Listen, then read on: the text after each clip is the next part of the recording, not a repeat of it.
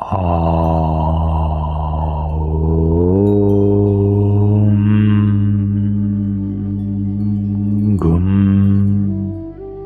ഗുരുഭ്യോ നമഃ. ഏവർക്കും പ്രണാമം. നമുക്ക് ശ്രീ വാൽമീകി രാമായണത്തിലേക്ക് തന്നെ മടങ്ങാം. ബുധൻ പെട്ടെന്ന് കരയ്ക്കു കയറി ആശ്രമത്തിലേക്ക് പ്രവേശിച്ചു. ധാർമ്മികാഗ്രസരനായ അദ്ദേഹം ആ ഉത്തമ സ്ത്രീകളെ വിളിച്ച്, മാലിന്യമണികളെ, ഈ ലോകൈക സുന്ദരി ആരുടെ പുത്രിയാണ്? ആർക്കുള്ളവളാണ്?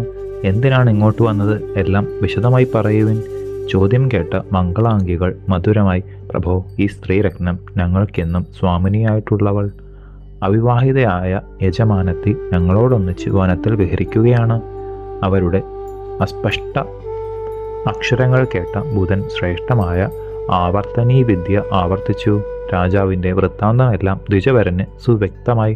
മന്ദഹാസത്തോടെ, നിങ്ങൾക്കെല്ലാം കിംപുരുഷ സ്ത്രീകളായി ഈ പർവ്വത പ്രാന്തത്തിൽ പാർക്കാം. അതിവേഗത്തിൽ ഈ ഗിരീന്ദ്രനിൽ പാർപ്പിടങ്ങൾ നിർമ്മിക്കുവിൻ. ഇല, കായ്ക്കനികൾ എന്നിവ കൊണ്ട് സസുഖം നാൾ നയിക്കാം.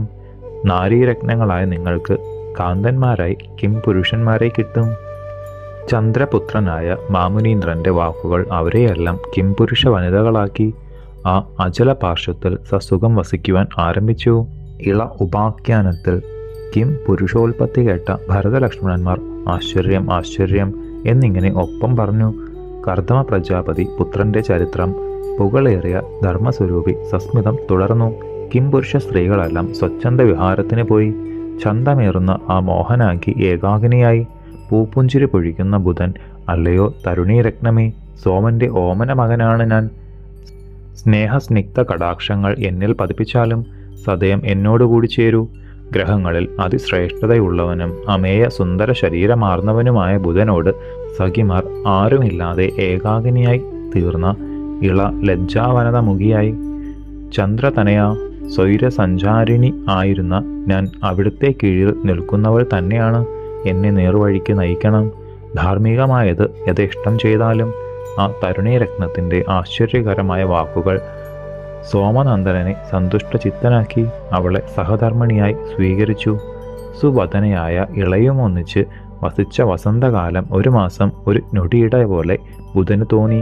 അത്രമാത്രം ആനന്ദം പകർന്നുകൊണ്ടാണവർ അവിടെ ജീവിച്ചത്. മാസം 1 കഴിഞ്ഞ സുപ്രഭാതത്തിൽ പൂമെത്തയിൽ നിന്ന് ഉണർന്നെഴുന്നേറ്റപ്പോൾ പൂർണേന്ദുവദനയായ കർദമസുതനായിരുന്നു. സംഭ്രാന്ത നയനത്തോടെ 4 പാടും നോക്കി സരസിന്റെ മധ്യത്തിൽ കൈകൾ ഉയർത്തിപ്പിടിച്ച് നിശ്ചലനായി തപസ്സു ചെയ്യുന്ന ചന്ദ്രാത്മജനായ മുനീന്ദ്രനെ കണ്ട രാജാവ് തൊഴുതുകൊണ്ട്, ഭഗവാനെ, അതിദുർഗമമായ വനത്തിലേക്ക് ആൾക്കാരും ഒന്നിച്ച് നായാട്ടിന് വന്നവനാണ് ഞാൻ. എൻ്റെ സൈന്യങ്ങളെയൊന്നും കാണുന്നില്ല. അവരെല്ലാം എവിടെ? കഴിഞ്ഞതൊന്നും ഓർമ്മയില്ലാതെ ചോദിച്ച രാജഋഷിയെ നല്ല വാക്കുകൾ കൊണ്ട് ആശ്വസിപ്പിച്ച ബുധൻ മന്ദഹാസത്തോടെ ഭംഗിയിൽ മറുപടി പറഞ്ഞു. ഘനമേറിയ കല്ലുകൾ വർഷിച്ചു. അങ്ങയുടെ ഭൃത്യന്മാരെല്ലാം വീണുപോയി. കാറ്റും മഴയുമേറ്റ് അഴലാർന്ന അങ്ങ് എൻ്റെ ആശ്രമത്തിലാണ് കിടന്നുറങ്ങിയത്. ഭയവും ദുഃഖവും കളഞ്ഞ് ആശ്വസിക്കൂ. വീരനായ രാജാവെ, അമൃതതുല്യമായ കായ്ക്കനികൾ ഭക്ഷിച്ച് സുഖമായി ഇവിടെ വസിക്കാം. മഹാബുദ്ധിമാനായ മഹീപതി യതീന്ദ്രവാക്കുകളാൽ സ്വസ്ഥനായെങ്കിലും ഭൃത്യനാശം ഓർക്കും തോറും ദുഃഖമേറുക തന്നെ ചെയ്തു. ദീനസ്വരത്തിൽ, ഭഗവാനെ, എൻ്റെ രാജ്യത്തെ ഞാൻ ഉപേക്ഷിക്കുകയില്ല. ഭൃത്യന്മാരെല്ലാം വേർപെട്ടു പോയെങ്കിലും ഞാൻ ഇവിടെ താമസിക്കുന്നതല്ല. മഹാനുഭാവനായ ബ്രഹ്മർഷി, എനിക്ക് വിടയേകണേ. എൻ്റെ സീമന്തപുത്രൻ ധർമാത്മാവും കീർത്തിയേറിയവനുമായ ശശബിന്ദു രാജ്യം ഭരിച്ചുകൊള്ളും. എന്നാൽ സുഖത്തിൻ്റെ മധ്യത്തിൽ വാണുകൊണ്ടിരിക്കുന്ന പത്നിയെയും ഭൃത്യരെയും ത്യജിച്ച് ഏകാഗിയായി ഇവിടെ താമസിക്കുവാൻ സംതൃപ്തി തോന്നുന്നില്ല. ഉജ്ജ്വല തേജസ്സി എന്ന വിപ്രേന്ദ്ര, അശുഭവാക്കുകൾ അരുളരുതേ. സദയം വിട തരണേ. അരജവര്യൻ ഇങ്ങനെ പറഞ്ഞപ്പോൾ അത്ഭുതമായ വിധത്തിലാണ് ബുധദേവൻ സാന്ത്വനമോദിയത്. കരുത്തേറിയ കർദമപുത്ര, ഈ പർണശാലയിൽ പാർക്കുവാൻ തീർച്ചയാക്കൂ.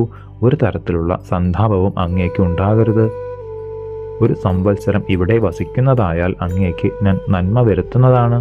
അക്ലിഷ്ടകർമാവായ ബുധന്റെ വാക്കുകൾ രാജപ്രമുഖനെ അസ്വസ്ഥനാക്കി. ആ ബ്രഹ്മജ്ഞൻ നിർദ്ദേശിച്ചതുപോലെ ആശ്രമവാസത്തിനു തന്നെ തീർച്ചപ്പെടുത്തി.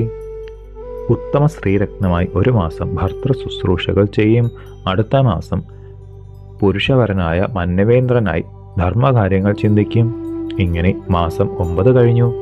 സുന്ദരി തിലകമായി പ്രശോഭിച്ചിരുന്ന ഇള ഒരു ഉണ്ണിയെ പ്രസവിച്ചു.